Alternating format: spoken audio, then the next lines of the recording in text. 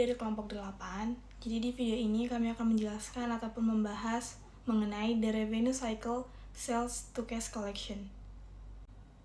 Sebelum kami menjelaskan mengenai materi yang kami bawa, saya akan memperkenalkan anggota kelompok kami.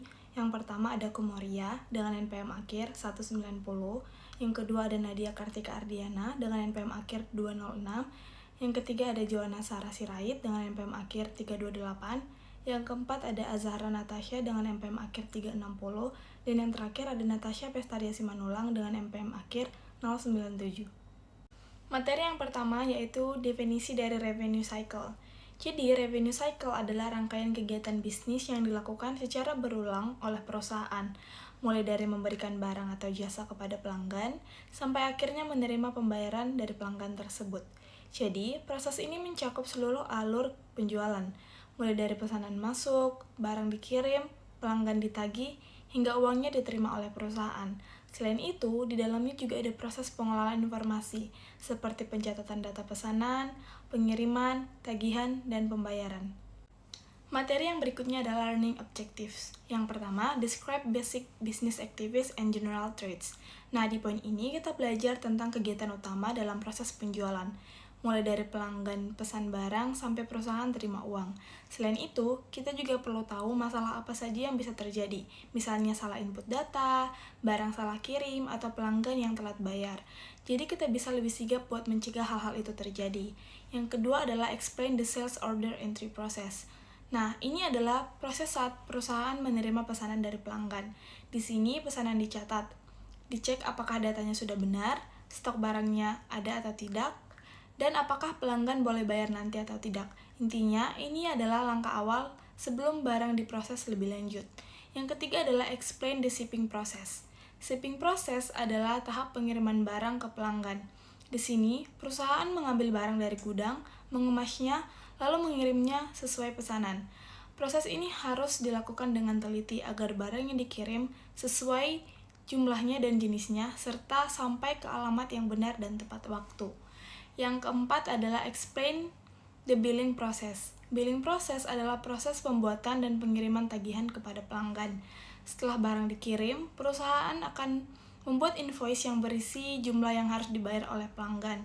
Proses ini harus akurat agar tidak terjadi kesalahan penagihan yang bisa merugikan perusahaan atau membuat pelanggan merasa tidak puas. Yang terakhir adalah explain the cash collection process. Cash collection process adalah tahap penerimaan pembayaran dari pelanggan. Di sini, perusahaan menerima uang dari pelanggan, mencatat pembayaran tersebut, dan memastikan uang masuk ke kas perusahaan. Proses ini penting untuk menjaga arus kas tetap lancar dan menghindari kehilangan uang atau kesalahan dalam pencatatan. Selanjutnya yaitu revenue cycle primary objective. Tujuan utama dari revenue cycle itu sebenarnya sederhana, yaitu memastikan perusahaan bisa memberikan produk yang tepat, di tempat yang tepat, pada waktu yang tepat, dengan harga yang tepat.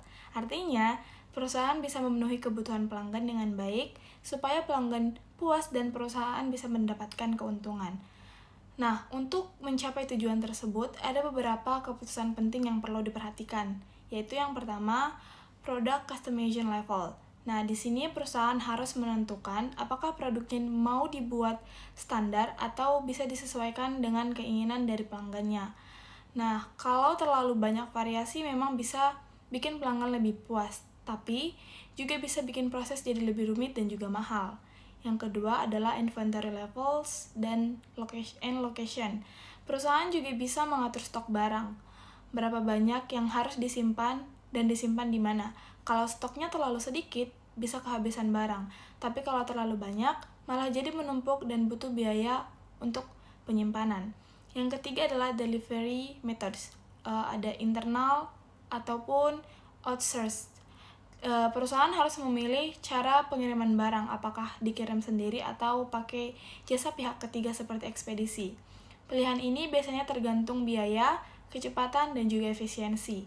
Yang keempat ada credit policy and terms. Nah, di bagian ini, perusahaan menentukan aturan pembayaran. Misalnya, apakah pelanggan boleh membayar nanti ataupun kredit, atau harus langsung bayar, dan berapa lama batas waktu pembayarannya. Kalau terlalu longgar, bisa beresiko tidak dibayar, tapi kalau terlalu ketat, bisa bikin pelanggan kabur. Nah, di sini ada 4 aktivitas bisnis dasar yang akan kita bahas secara mendalam. Yang pertama itu sales order entry, yaitu penerimaan pesanan. Lalu yang kedua itu shipping, pengiriman. Dan yang ketiga itu billing, penagihan. Dan yang terakhir, keempat, itu ada cash collection atau penagihan kas. Nah, keempatnya ini saling terintegrasi dalam sistem ERP perusahaan. Lalu kita masuk ke sales order entry process. Nah, aktivitas pertama adalah sales order entry ini. Di sini tuh ada 3 langkah penting. Yang pertama ini kita mengambil pesanan ini melalui dokumen sales order. Nah, kedua adalah credit approval. Penting untuk dicatat bagi pelanggan lama ini, kita mengecek kredit limit di master file. Jadi jika pesanan ini melebihi limit, harus ada otorisasi khusus. Lalu yang ketiga, kita melakukan cek inventory availability untuk memastikan barang siap kirim. Nah, baik, selanjutnya saya akan menjelaskan tentang key sales order document. Nah, dalam proses ini ada beberapa dokumen kunci. Selain sales order, ada back order yang dibuat jika stok itu tidak mencukupi. Nah, setelah pesanan disetujui, sistem ini akan menghasilkan picking ticket.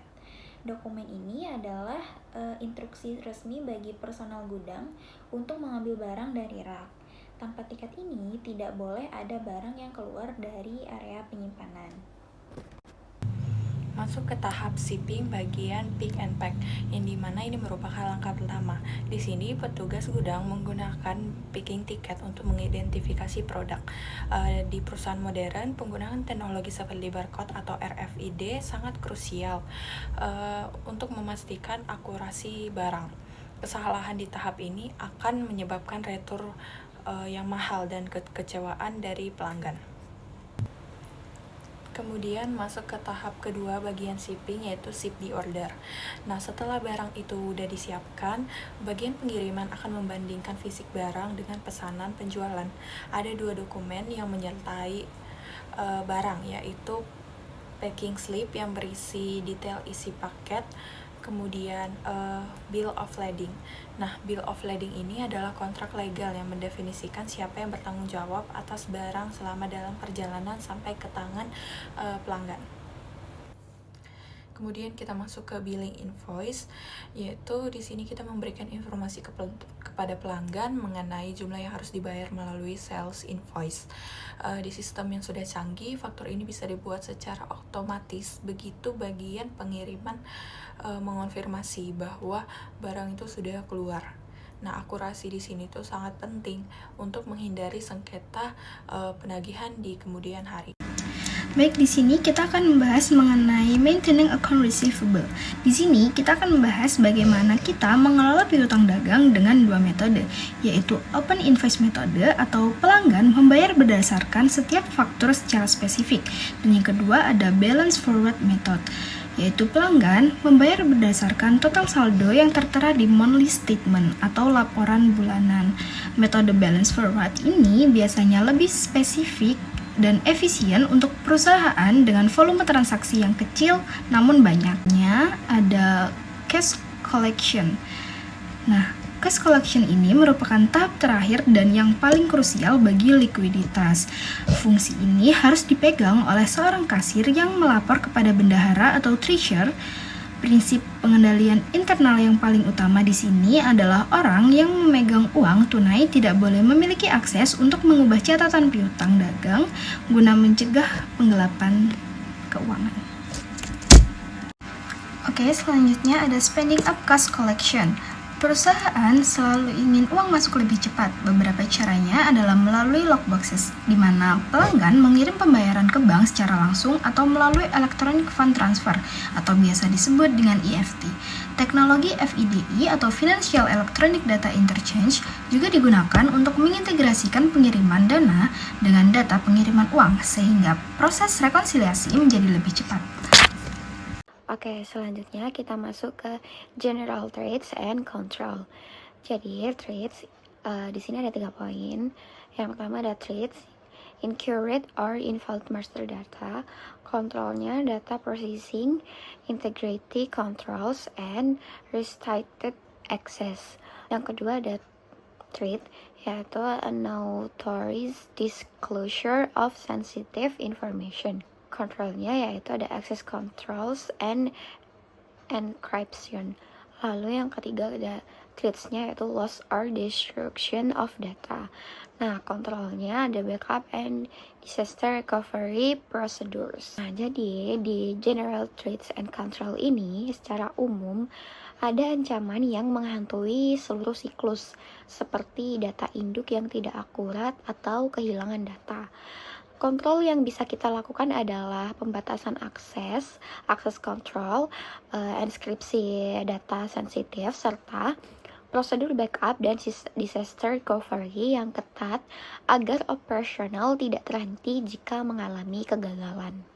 Lalu di sini ada activity specific threats di mana nanti ada 4. Yang pertama yaitu sales order entry. Nah, di sales order entry ini ada incomplete orders, invalid orders, dan accountable accounts. Yang kedua ada shipping. Di sini ada picking wrong items or quantities. Yang lalu ada theft of inventory. Pada tahap penjualan, ancamannya adalah pesanan yang tidak sah atau piutang yang tak tertagih. Nah, solusinya adalah tanda tangan digital dan manajemen kredit yang ketat. Pada tahap pengiriman, ancaman terbesarnya adalah pencurian inventaris. Maka di sini diperlukan dilakukan rekonsiliasi rutin antara catatan di sistem dengan stok fisik yang ada di gudang. Lalu activity specific threats yang ketiga yaitu ada billing, di mana di situ ada failure the bill dan billings error. Lalu yang terakhir ada cash collection, di mana di situ ada theft of cash and cash flow problems. Nah, di sini pada tahap penagihan, resikonya adalah gagal menagih pelanggan atau kesalahan hitung. Nah, di tahap kas, ancaman utamanya adalah pencurian uang tunai. Kontrol terbaik adalah segregation of duties atau pemisahan tugas. Jadi di pemisahan tugas ini dimaksudkan dengan jangan dibiarkan satu orang menangani transaksi dari awal sampai akhir tanpa ada verifikasi dari pihak lain. Baik, selanjutnya kita masuk pada slide terakhir, yaitu ada summary and conclusion. Di sini ada 3 poin. Yang pertama, a well-designed accounting system maximize efficiency in all 4 activities. Yang poin kedua ada internal controls are vital to mitigate threats like uncountable sales, billing errors, and theft. Lalu poin yang terakhir ada information must be accurate and complete to support strategic decision making. Pada tahap summary and conclusion, sebagai kesimpulannya adalah siklus pendapatan yang efektif adalah kunci dari kesehatan finansial perusahaan. Dengan menerapkan sistem informasi akuntansi yang kuat dan pengendalian internal yang disiplin, perusahaan tidak hanya bisa meningkatkan penjualan, tetapi perusahaan juga bisa memastikan bahwa setiap rupiah dari penjualan tersebut benar-benar masuk ke kantong perusahaan secara aman. Demikian dari presentasi kelompok kami. Semoga informasi dan juga materi yang kami berikan di video ini dapat memberikan wawasan kepada kita semua. Sekian dan terima kasih.